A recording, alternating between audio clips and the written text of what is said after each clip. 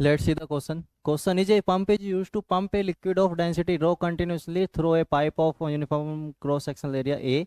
If liquid is flowing with speed V, then power of pump is. Power हमें find करना है. Power का formula होता है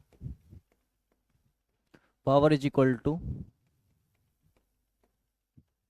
एनर्जी अपॉन टाइम.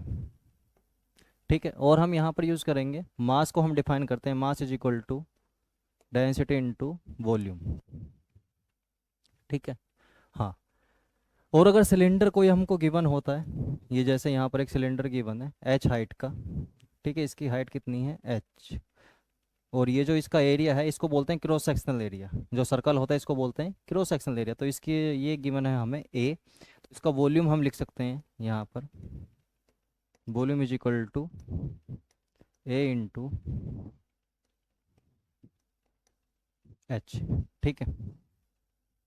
अब a pump is use to pump a liquid of density rho. एक liquid है जिसकी डेंसिटी रो है. Continuously through a pipe of uniform cross sectional area ए.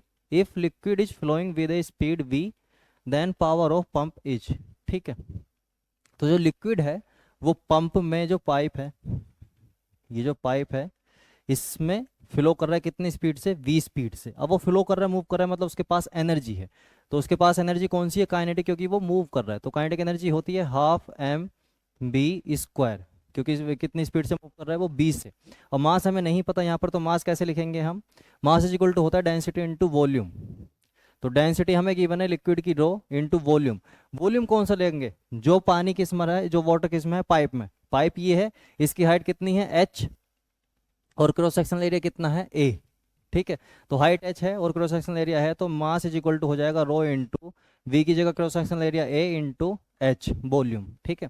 तो अब काइनेटिक एनर्जी हम लिख सकते हैं यहाँ से. काइनेटिक एनर्जी इक्वल टू हो जाएगा यहाँ से हाफ एम की जगह rho A H into V square. अब हमें पावर लिखनी है यहाँ पर, तो पावर का फॉर्मूला लिखते हैं अपन energy upon time. Kinetic energy कितनी है half rho A H V square upon यहाँ पर क्या जाएगा टाइम. और ये जो क्वांटिटी है ये क्या है, डिस्टेंस अपॉन टाइम, मतलब स्पीड. तो इसे कैसे लिख सकते हैं अपन, v. ये हो जाएगा v. तो यहाँ से आ जाएगा हाफ रो ए वी की पावर 3.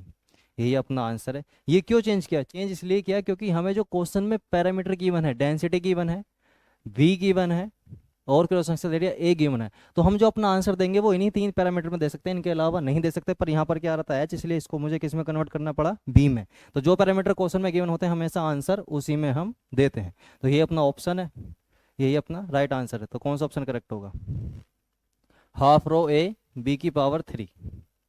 करेक्ट ऑप्शन होगा सी, हाफ रो ए बी की पावर 3.